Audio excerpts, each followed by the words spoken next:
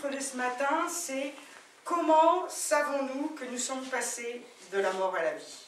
Un titre un peu long. « Comment savons-nous que nous sommes passés de la mort à la vie ?» Et c'est vrai que c'est un sujet qui nous tracasse beaucoup ces derniers temps. En début de culte, on en parlait. Comment savons-nous que nous sommes passés de la mort à la vie? Et on va le voir principalement, justement, dans les lettres de Jean, hein, de ces versets qui m'ont beaucoup touché et qui vont certainement vous toucher. Donc, cet enseignement n'est certainement pas un coup près, mais surtout un merveilleux cadeau. Voyez-le comme un merveilleux cadeau. C'est une exhortation, bien sûr, mais c'est surtout un merveilleux cadeau que Dieu veut nous donner. Comment savons-nous que nous sommes passés de la mort à la vie? On va le voir tout de suite. Il y a deux passages dans la Bible où il y a l'expression de la mort à la vie. Alors exceptionnellement ce matin, je vais donner des passages dans la Louis II. Hein, pour ceux qui savent que je fais surtout dans la NBS, mais là je vais donner les passages dans la Louis II. Il y a deux passages, un dans Jean, notez, Jean 5, verset 24, Jean 5, verset 24, et le deuxième passage dans 1 Jean 3, verset 14. 1 Jean 3, verset 14. Donc on prend d'abord Jean 5, verset 24, où il dit, en vérité, je vous le dis, donc c'est Jésus qui nous parle. Celui qui écoute ma parole et qui croit à celui qui m'a envoyé a la vie éternelle et il ne vient point en jugement. Mais il est passé de la mort à la vie. Ça, c'est le verset classique du salut. Croyez en moi, en Jésus, hein, c'est Jésus qui parle, et croyez en celui qui m'a envoyé, mon Père. Il dit, il a la vie éternelle et ne vient point en jugement. Le deuxième passage, c'est 1 Jean 3, verset 14. On va bien faire le parallèle entre ces deux-là. Le salut, là, très clair, hein, on a bien compris.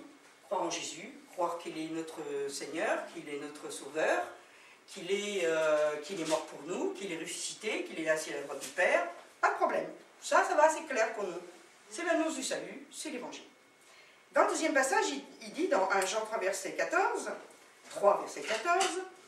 nous savons que nous sommes passés de la mort à la vie, la même expression, parce que nous aimons les frères. Celui qui n'aime pas demeure dans la mort. Oups.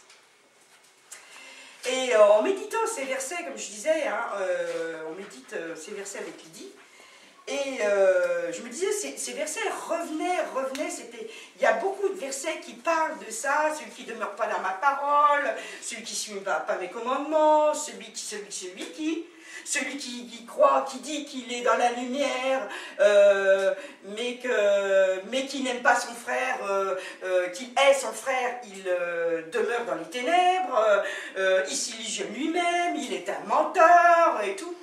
Je me suis dit, mais pourquoi le Seigneur il insiste tant là-dessus? Je dis, je trouve ça un peu... Et c'est redondant. Et en lisant 1 Jean,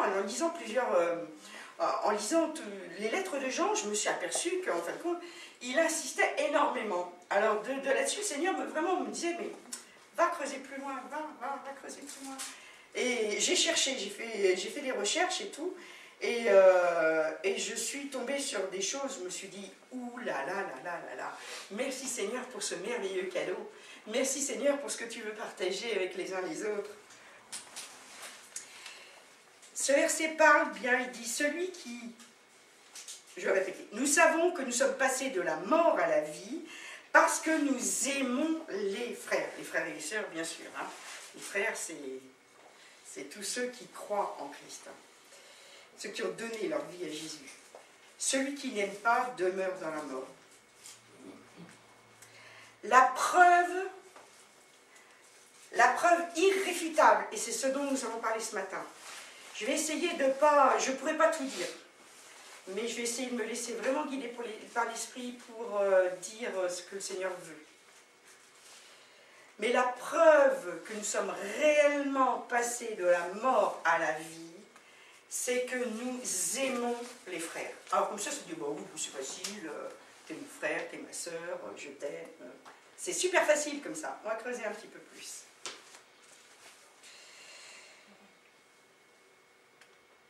On a, dans la famille charnelle, on a ce sentiment inné d'aimer sa famille charnelle. On aime son père et sa mère envers et contre tout. On aime ses frères et sœurs envers et contre tout. On aime ceux qui ont le même sang que nous. On aime ses enfants envers et contre tout, quoi qu'ils fassent, même si on dit qu'on les déteste. On les aime, en plus profond de nous-mêmes, on les aime. On ne peut pas empêcher le lien du sang de parler, comme on dit. Nous, c'est pareil. Nous avons, on parlait de sang tout à l'heure, on a ce même sang qui coule dans nos veines. Et quelquefois, même dans les familles, c'est bien de faire un comparatif dans la famille charnelle, parce que quelquefois dans la famille charnelle, nous on a vécu ça maintes et maintes fois, il y a des fâcheries, il y a des moments où vraiment ça explose, où on ne se comprend pas, et on ne se comprend plus, on veut plus se voir, des moments où il y a vraiment même des non-pardons et tout, et puis tout d'un coup, s'il arrive quelque chose de grave, eh bien tout le monde se rassemble, et puis oups, les souvenirs, ça chahute. Et puis à ces moments-là, on se dit jamais plus on se séparera, jamais plus on ne se fâchera. Et quand on ne se comprendra pas, et ben, peut-être qu'il y aura encore des coups de gueule, mais jamais plus.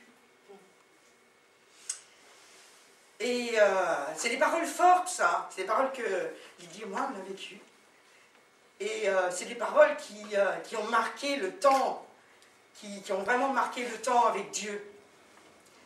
Dans la famille de Dieu, c'est pareil. C'est beaucoup plus, évidemment. Dans la famille de Dieu, un frère ou une sœur en Christ doit être plus cher. Vous savez ce qu'a dit Jésus?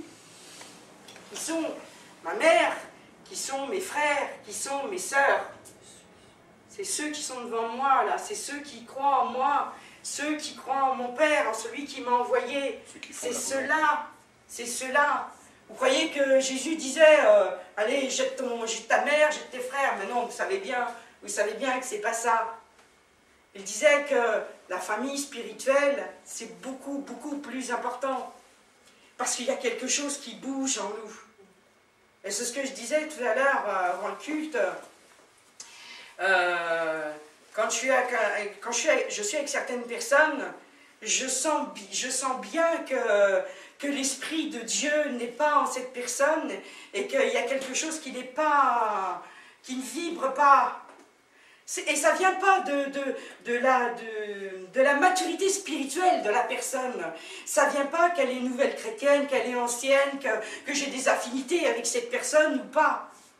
Ça ne vient pas de ça. Ça vient de ce que l'Esprit de Dieu qui est en moi et qui est en elle, eh bien, est uni. Et c'est vraiment quelque chose de très important. Et c'est ce sentiment, en fin de compte, qui prouve que nous sommes de la famille de Dieu, mais que nous sommes réellement passés de la mort à la vie.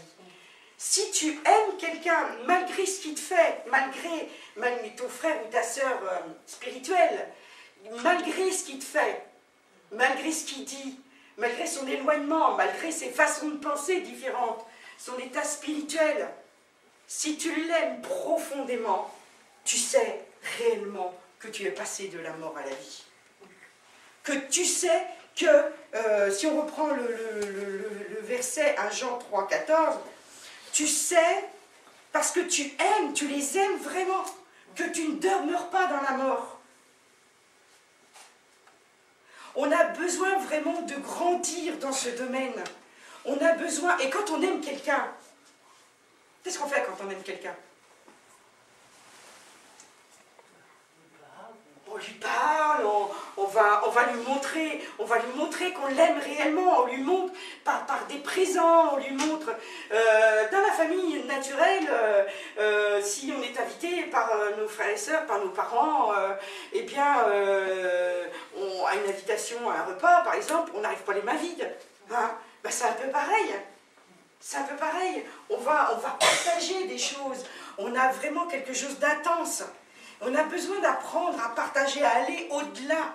Mais à vraiment aller au-delà. Parce que, comme dit le Seigneur, si vous aimez ceux qui vous aiment, c'est facile. Hein? C'est facile. Si vous avez des frères et des sœurs que vous n'aimez pas trop, il m'énerve celui-là, il m'énerve celle-là, elle m'agace. C'est là où il faut vraiment aller rechercher l'amour de Dieu. C'est là où il faut vraiment se poser la question. On a besoin d'aller beaucoup plus loin, beaucoup plus loin. Et nous, on va aller beaucoup plus loin dans la lettre de Jean. Dans 1 Jean 5, verset 1.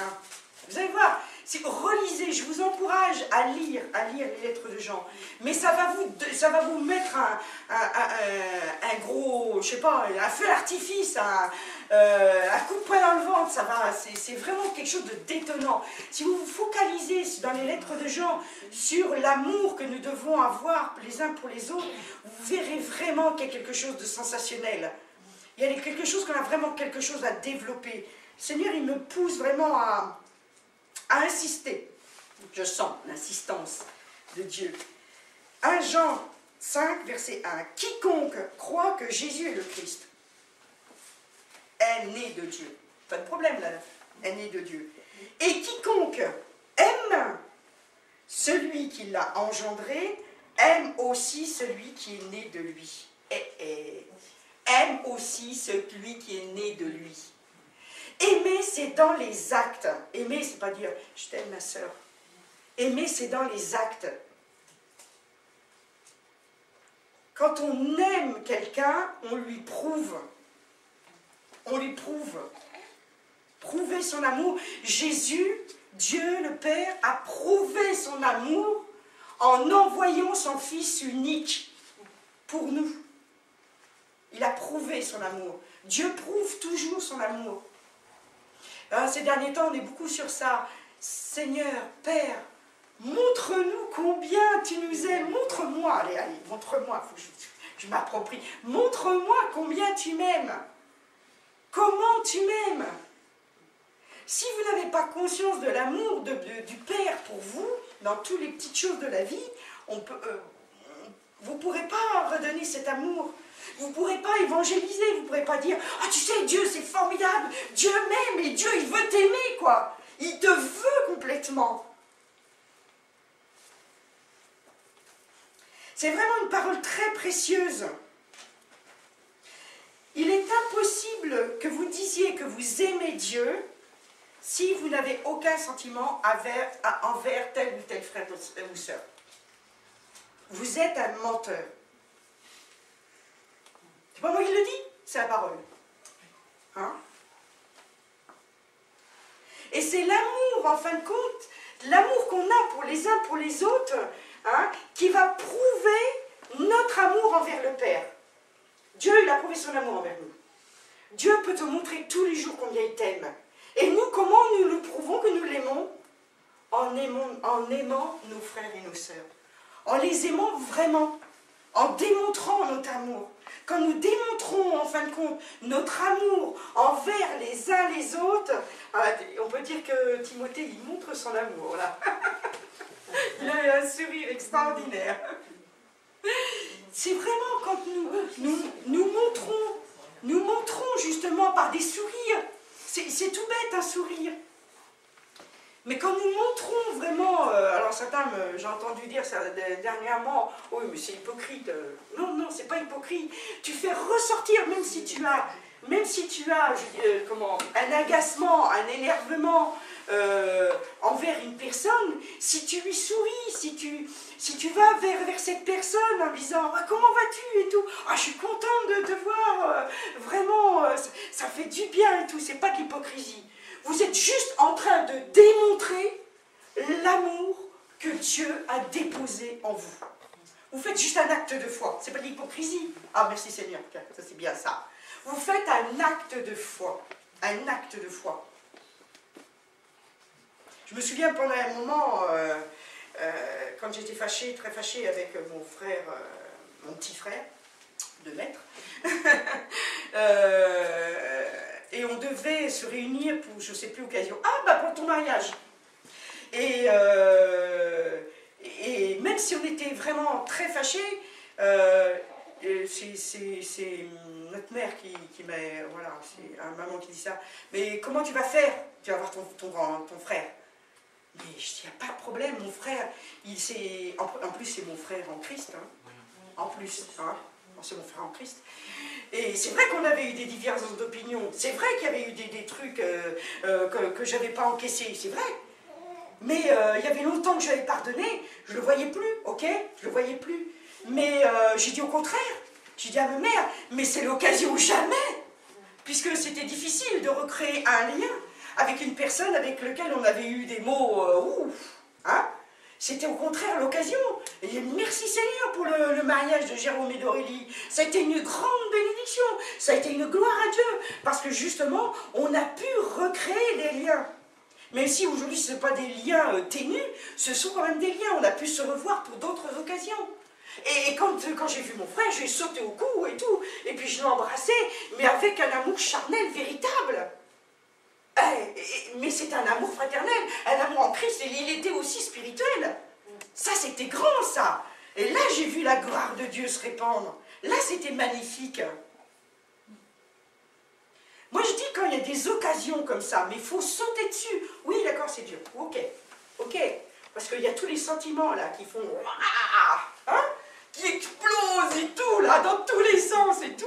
Mais justement, parce que la plupart du temps, quand on a du mal à obéir à la parole de Dieu, c'est quoi? C'est nos sentiments, hein? C'est nos émotions qui montent au plafond, hein? C'est nos sentiments.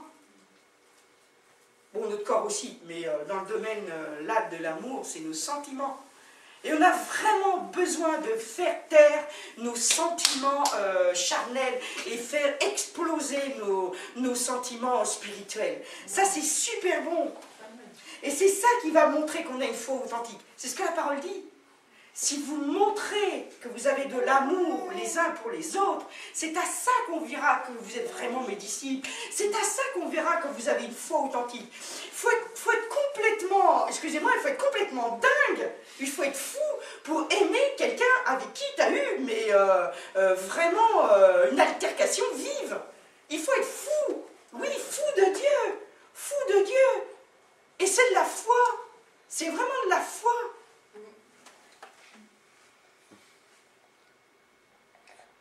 Et c'est comme ça que nous savons. C'est la preuve irréfutable que nous sommes passés de la mort à la vie. Si nous avons de l'amour pour les uns pour les autres. C'est vraiment la preuve irréfutable. C'est la foi qui nous amène à Dieu. Vous êtes d'accord avec moi? C'est la foi. C'est par la foi que nous croyons. Hein? C'est Dieu qui dépose en nous la foi. Et la foi fait que nous croyons en Dieu. C'est formidable ça. Moi je trouve ça formidable. C'est la foi qui nous dit que nous sommes en Christ, que l'Esprit de Dieu est en nous. C'est la foi qui dit que nous faisons une même famille. Frédéric, c'est mon frère. C'est plus mon frère que mon frère. C'est plus mon frère que mon frère Alain, qui est mon frère charnel. Mais bien que Alain, c'est spécial parce qu'il est aussi mon frère spirituel. Plutôt Raymond. Oui, plutôt Raymond, oui. On a un frère aîné. Mais c'est incroyable. Et pourtant, mon frère aîné, je l'aime vraiment énormément, quoi. D'ailleurs, c'est la foi. C'est la foi qui m'a permis d'aller voir mon frère aîné aussi, qui lui n'est pas croyant. eh bien c'est la foi qui m'a permis d'aller franchir le seuil de sa porte, et pourtant il a pu me flanquer à la porte. Il faut dire que dans notre famille, on est des gens, vous me connaissez, hein.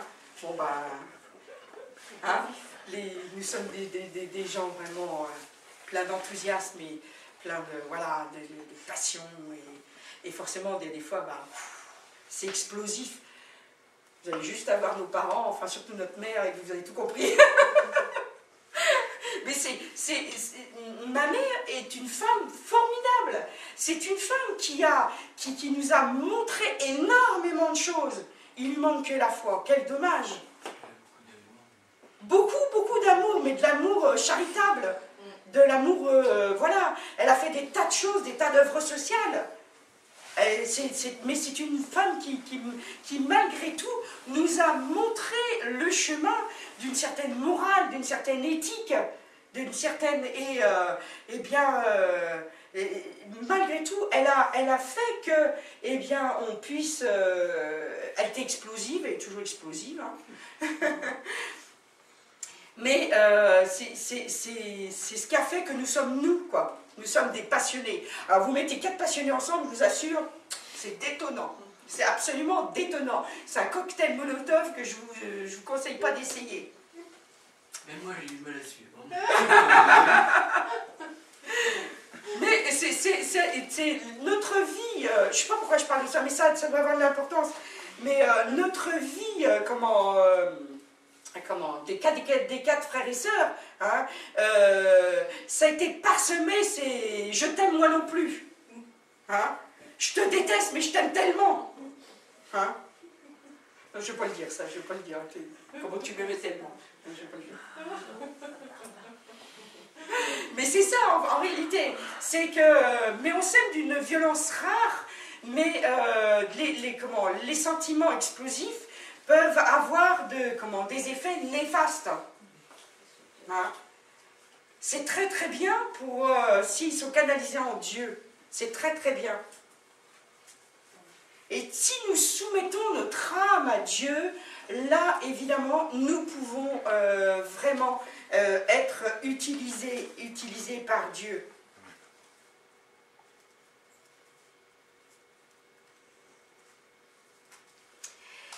L'amour que nous avons pour les frères et les sœurs, c'est un test d'authenticité de votre foi. Donc, je suis sûre que vous avez des personnes en tête que vous avez du mal à supporter. Ceux qui sont en Christ? Oui, en Christ.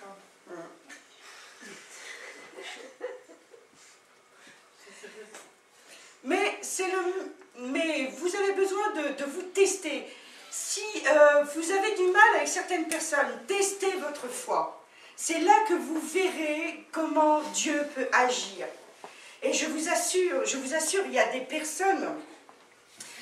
alors, ce qu'il y a de bien, c'est que ça marche même avec les non-croyants. Ça, c'est génial, parce que moi, je l'ai expérimenté. La foi, la foi de Dieu, par l'amour de Dieu, peut aussi s'expérimenter envers les non-croyants. Je vous assure. C'est-à-dire, s'il y a quelqu'un avec qui vous avez du mal, testez votre foi, justement. Demandez à Dieu cet amour violent, il est dit, hein, j'ai dû mettre ça en sous-titre, justement. Dieu est un Dieu jaloux. Il nous aime jusqu'à l'esprit qu'il a déposé en nous. Nous, de façon identique, nous devons vraiment être... comment dire ça? Il y a tellement d'idées qui... Oh là, merci Seigneur, tu mets la clarté là. Dieu a déposé cet amour en nous. Et nous, voilà, c'est ça. Et nous quelque part, on le garde pour nous. On le garde pour nous. On dit, ah, Dieu m'aime et tout, puisque c'est bien et tout, c'est génial et tout. Bon, des fois on en doute, mais bon, sachez que Dieu vous aime vraiment parce que vous êtes sa fille, son fils. Et cet amour-là, on ne doit pas le garder. Donc, cet amour, si vous le dispensez autour de vous, parmi les frères et sœurs, ça prouve que vous êtes réellement né de Dieu, que vous êtes vraiment passé de la mort à la vie. C'est bien clair. Ça prouve que vous avez une foi authentique. Mais si vous faites le pas supplémentaire de foi et que vous demandez à Dieu de recevoir de l'amour pour un non-croyant que vous détestez, hein, eh bien, il a dit, aimez vos ennemis. Aimez vos ennemis. Vous voyez, vous pouvez aimer naturellement vos ennemis, ce n'est pas possible. Aimer, aimer. Eh bien, là, ça marche aussi. C'est ça qui est génial. C'est vraiment extraordinaire. Ça marche aussi. Et là, c'est fantastique, parce que tous les sentiments négatifs, c'est ça qui nous pourrit la vie. C'est les sentiments négatifs. Hein, les sentiments de jalousie, de haine, de non-pardon et tout, envers des non-chrétiens aussi.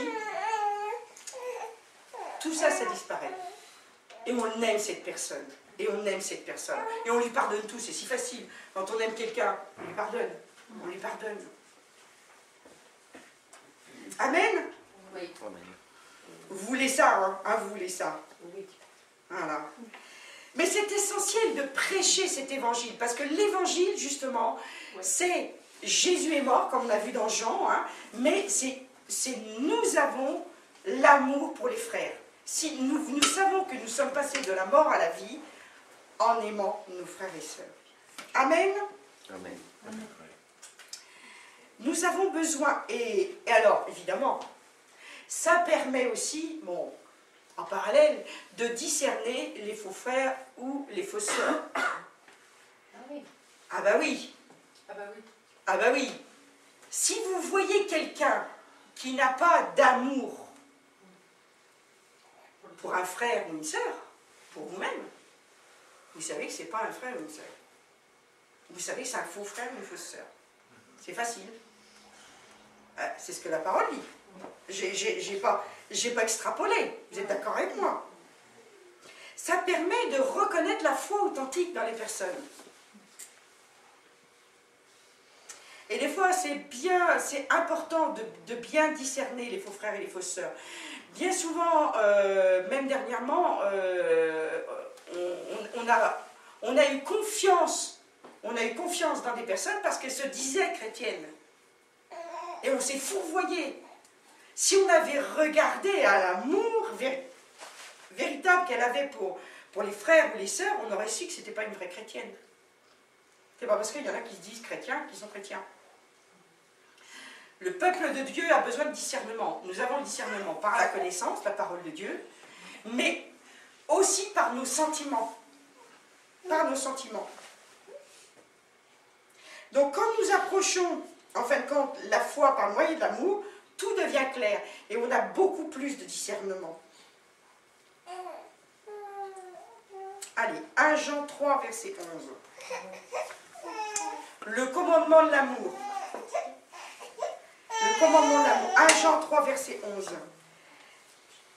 Car ce qui vous a été annoncé et ce que vous avez entendu dès le commencement, c'est que nous devons nous aimer les uns les autres. C'est que nous devons. C'est pas, bon, fais ce que tu peux pour l'aimer. Nous devons nous aimer les uns les autres. Et ça a été annoncé dès le commencement. Dès le commencement. Dans 1 Jean 3, je vais vous en lire, maintenant je vous lire la parole. 1 Jean 3, verset 23. Il parle d'un commandement. Ce n'est pas une option. 1 Jean 3, verset 23. Et c'est ici son commandement, que nous croyons au nom de son Fils Jésus-Christ et que nous nous aimions les uns les autres selon le commandement qu'il nous a donné. Ce n'est pas une suggestion, c'est pas quelque chose de... Non, il insiste sur ce commandement, il insiste vraiment. Ce sont deux commandements de la parole. Hein. Oui, c'est... Dans ce commandement de Dieu, il y a deux choses. Croire en Jésus et aimer. C'est indissociable. C'est indissociable. C'est vraiment... Comment? posais la question, qu'est-ce qu'on en fait des faux frères, Ah bon, on va voir ça. Enfin, non, je ne voulais pas aborder tout ça. hein?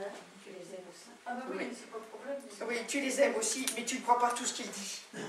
Ah, tu trouves que c'est pas un problème, toi? Ça me rend. Des faux frères, des fausses Non, sœurs. non, non, mais vous aimez quand même.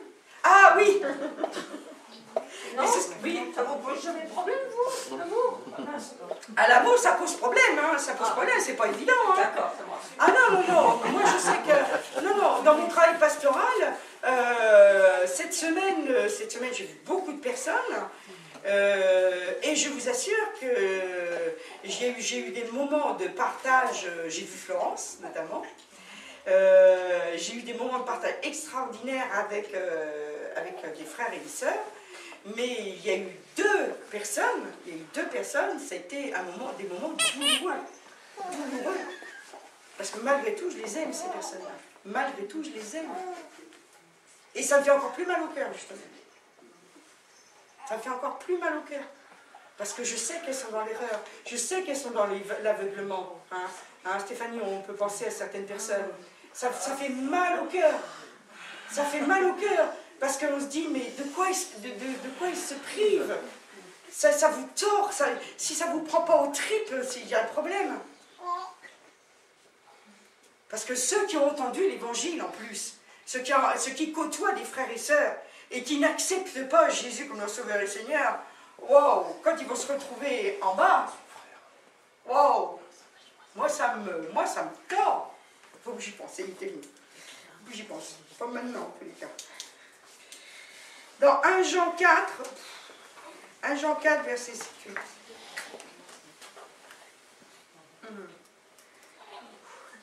1 Jean 4, verset 7-8. Bien-aimés, aimons-nous les uns les autres, car l'amour est de Dieu. Et quiconque aime est né de Dieu et connaît Dieu. Si vous n'aimez pas, et que vous disiez que vous connaissez Dieu, il y a plein de versets, hein, dans 1 Jean 2, on nous a appris, hein, eh bien, si vous vous dites que vous connaissez Dieu, que vous aimez Dieu, mais vous n'êtes pas capable d'aimer votre frère ou votre sœur, ceux qui sont autour de vous, dans votre famille, vous êtes un menteur. Vous vous illusionnez, vous êtes aveugle, vous êtes dans les ténèbres. Oh, il y a un verset justement que je suis en train de réviser, c'est dans 1 Jean 2, verset... il m'a frappé ce verset, il m'a vraiment frappé.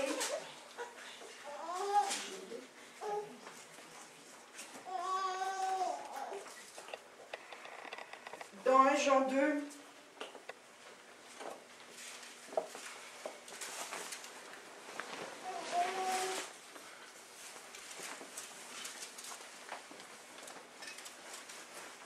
c'est celui-ci, verset... je vais vous lire, mais je vais vous montrer à partir de... Allez, le 2, on va se faire une... C'est pas ordinaire, mais... Mes petits enfants, je vous écris ceci afin que vous ne péchiez pas. Voilà, c'est afin que vous ne péchiez pas. Et si quelqu'un a péché, nous avons un avocat auprès du Père, Jésus-Christ le juste. Il est lui-même victime expiatoire pour nos péchés, non seulement pour les nôtres, mais aussi pour ceux du monde entier. Vous en êtes certains, ça, hein? Amen. À ceci, nous reconnaissons que nous l'avons connu si nous gardons ses commandements. Vous ne pouvez pas dire « je connais Dieu » et je n'obéis pas à ses commandements. Ce n'est pas possible. Celui qui dit « je l'ai connu » et qui ne garde pas ses commandements est un menteur. C'est clair, et la vérité n'est pas en lui. Mais celui qui garde sa parole, l'amour de Dieu est vraiment parfait en lui. À ceci, nous reconnaissons que nous sommes en lui. Ah, c'est clair. Celui qui déclare « demeurer en lui » doit aussi marcher comme lui, le Seigneur, a marché. Bien-aimés, ce n'est pas un commandement nouveau que je vous écris, mais un commandement ancien. Et que vous avez eu dès le commencement. Ce commandement ancien, c'est la parole que vous avez entendue. C'est clair. D'autre part, c'est un commandement nouveau que je vous écris. Ceci est vrai pour lui et pour vous, car les ténèbres passent et la lumière véritable brille déjà. Celui qui prétend, alors voilà, écoutez bien, celui qui prétend être dans la lumière, tout en haïssant son frère, est encore dans les ténèbres. Celui qui aime son frère demeure dans la lumière et ne risque pas de tomber. Mais celui qui a de la haine pour son frère est dans les ténèbres. Il marche dans les ténèbres et ne sait où il va. Parce que les ténèbres ont rendu ses yeux aveugles. Moi, ça me fait des frissons partout, ça. Moi, ça me prend les tripes. C'est pas pour ça que tu acceptes les péchés de ton frère. Mais, comme on dit, ton frère, lui, tu l'aimes. Malgré ce qu'il fait, malgré ce qu'il dit, malgré ce qu'il t'a fait, malgré ce qu'il t'a dit.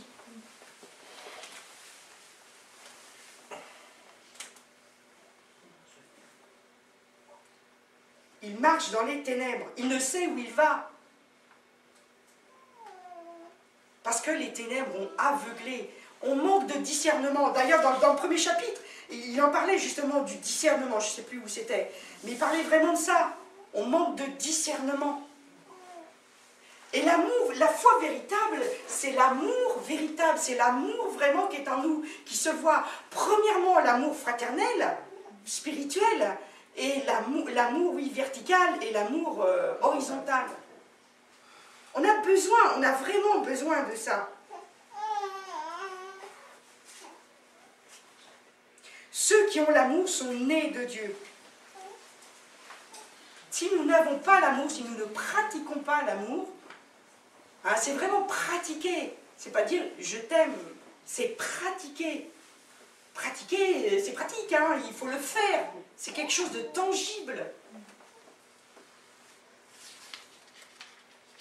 Vous imaginez si on ne pouvait pas aimer? Oula! Ouf. Ça serait triste. Ça serait, oui, ça serait une catastrophe. Hein. Ça serait vraiment bizarre. Hein. C'est même pas pour ça serait horrible. Ce serait l'enfer. Ça serait l'enfer. C'est l'enfer. Il y en a qui disent que c'est l'enfer sur terre, mais...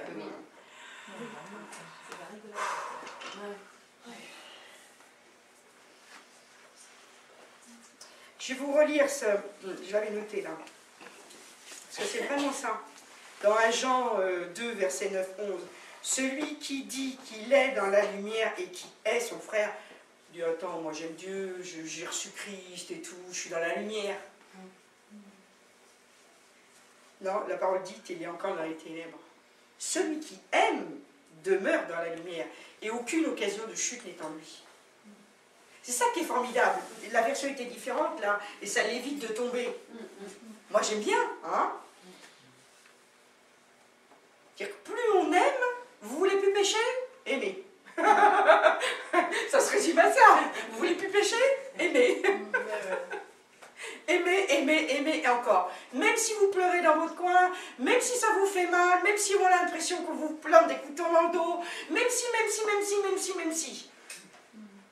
À chaque fois que vous avez de l'amertume qui remonte, à chaque fois qu'il y a des trucs... Moi, on m'en a encore balancé cette semaine. Mais j'ai dit... de volonté là-dedans, là.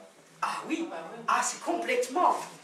Tu décides de... De toute façon, pour ne pas pécher, il faut décider de. On décide ou d'obéir à la parole de Dieu, ou d'obéir à Satan. C'est clair, c'est net. Mais c'est nous. Satan, il ne peut rien faire sans ta décision. Sans ta volonté, Satan ne peut rien faire. Tu décides volontairement d'aimer. C'est vraiment un acte de foi, on ne peut pas faire autrement.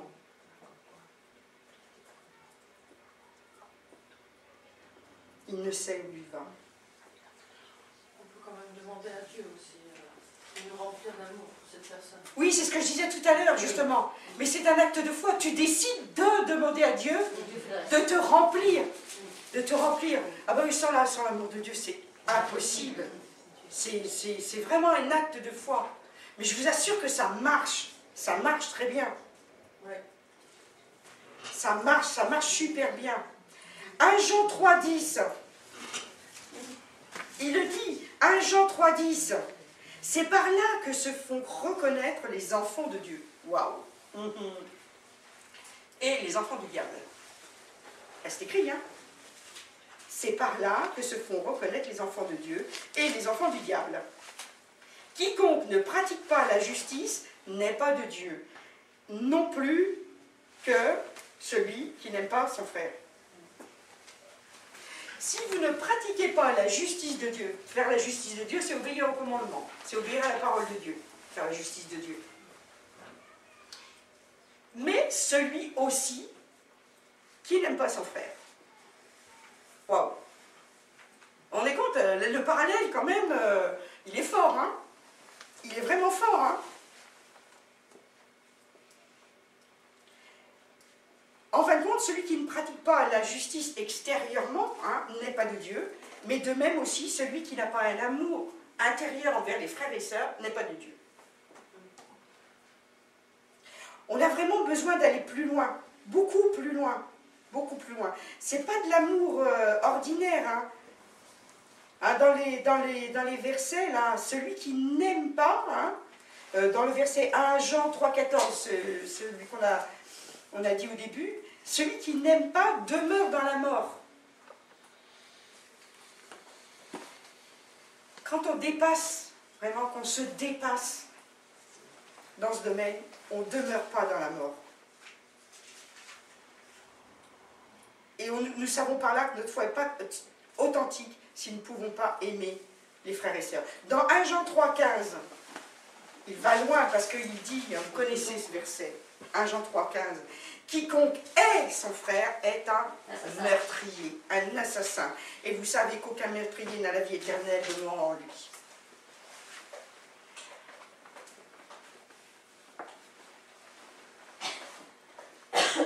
Détester son frère, sa sœur, c'est commettre un meurtre. C'est simple. C'est clair.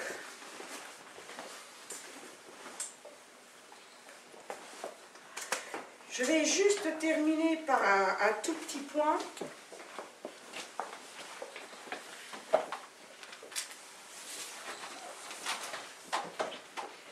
Ça ne veut pas dire que n'importe qui peut dire n'importe quoi et faire n'importe quoi.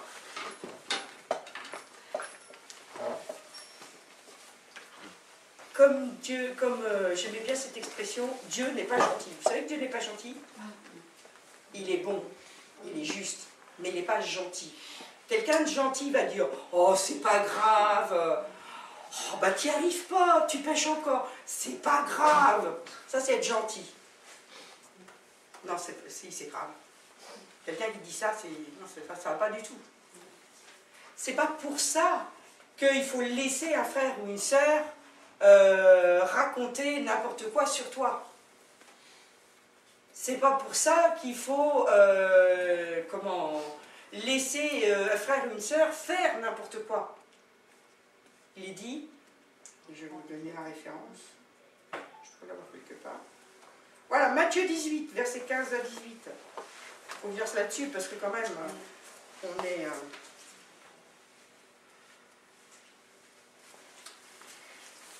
N'oubliez pas, le péché, vous le haïssez. Matthieu 18, versets 15 à 18. Le péché, vous allez le haïr, mais le frère ou la sœur qui pratique le péché, vous l'aimez avec l'amour de Dieu. C'est ça la différence. Hein. N'oubliez jamais. Si ton frère a péché, va et reprends-le entre toi et lui, seul. Ne déballez jamais, jamais, jamais les péchés devant les uns les autres. Pas de tchatch. Hein. On ne parle pas. T'as vu ce qu'elle a fait? C'est croustillant, oui. Et ça remet le diable. Allez le voir. D'abord, parce que peut-être que vous avez mal compris, déjà. Déjà, allez le voir. Bon, des fois c'est difficile, mais la parole dit va. Alors, va. T'as peut-être mal compris. Tu vas pas en l'accusant. Si vous avez une attitude envers vous, en vous, d'aller reprendre votre frère ou votre sœur pour lui dire, dis donc, oh, t'as fini là, hein, t'en veux une là, tu vas arrêter là. Ça c'est pas de l'amour ça. Ça c'est pas de l'amour ça. Ça n'a rien à voir avec l'amour.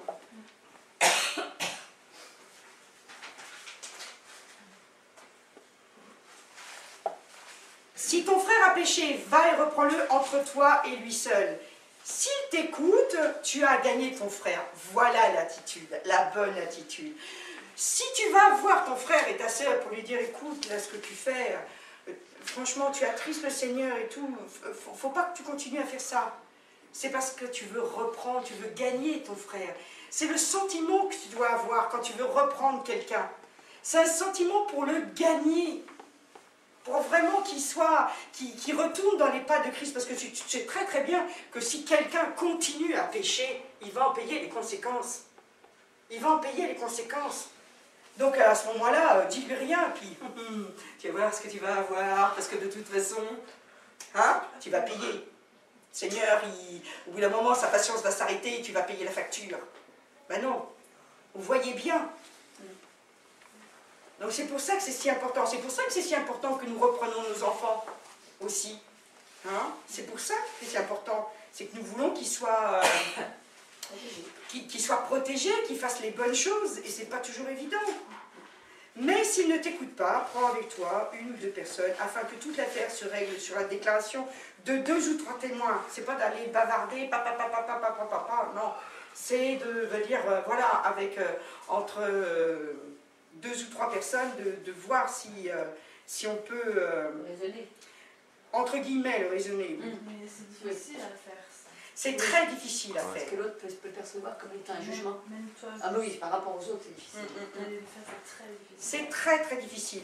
Moi, je vous le déconseille si vous n'avez pas, vous n'êtes pas rempli de l'amour de On Dieu. n'a pas dépassé le... Non, si vous n'avez pas dépassé ce stade. Et vous connaissez la suite, s'il refuse de les écouter, dis-le à l'église, et s'il refuse aussi d'écouter l'église, qu'il soit pour toi comme un païen et un publicain. Je vous le dis en vérité, tout ce que vous lirez sur la terre sera lié dans le ciel, et tout ce que vous délirez sur la terre sera délié dans le ciel. Et ça, quand vous lisez dans le contexte, si vous sortez ça de son contexte, oui, vous pouvez lier, délier, oui, vous connaissez. Mais si vous relisez bien dans le contexte, ça fait suite à, il n'y a pas de point, hein. Tout ce que vous lirez sur la terre sera lié dans le ciel. Ça veut dire, tout ce que tu vas, en fin de compte, Ne pas pardonner. pardonner, oui, à la personne, tout ce que tu vas partager avec cette personne, en fin de compte, c'est comme si tu liais, en fin de compte, tout ce qui est en elle, qui ne va pas. Et là, tu peux avancer, en fin de compte. On a besoin que les frères et sœurs soient purifiés, sanctifiés. C'est comme ça que l'Église avance. L'Église va venir, Jésus va venir chercher une Église sainte, sanctifiée, purifiée. Donc, vous savez très très bien que ceux qui sont dans l'Église, qui ne seront pas sanctifiés et purifiés, forcément, il va y avoir un moment, ils vont chuter et ils ne vont plus faire partie de l'Église. Donc, ce qui est important, c'est de gagner son frère. Et si on a cette attitude, eh bien, dans nos prières et tout ça, et vraiment dans nos prières, tout ce qu'on pourra lier en cette personne, eh bien, ça va lui permettre d'avancer et d'aller plus loin. C'est ça le but ultime. C'est pas, quand on dit gagneur d'âme, c'est aussi, il faut garder les âmes qui sont entrées dans le royaume. Hein?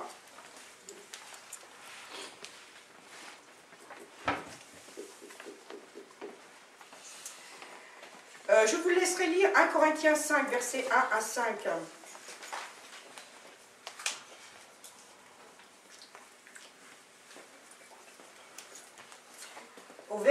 Dans le dernier verset, 1 Corinthiens 5, versets 1 à 5, dans le dernier verset, il dit « Au nom du Seigneur Jésus, vous et mon esprit étant assemblés avec la puissance de notre Seigneur Jésus, qu'un tel homme, il y a eu beaucoup de discussions sur ce sujet-là, qu'un tel homme soit livré à Satan pour la destruction de la chair, afin que l'esprit soit sauvé au jour du Seigneur Jésus. » Ce qui veut dire qu'il faut tout faire pour que l'esprit des frères et sœurs soit vraiment sauvé.